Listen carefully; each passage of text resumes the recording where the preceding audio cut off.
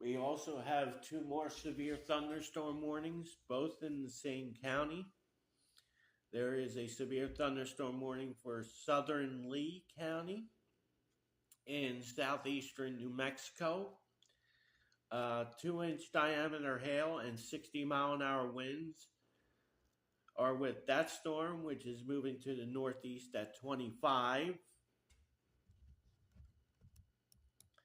And this storm here,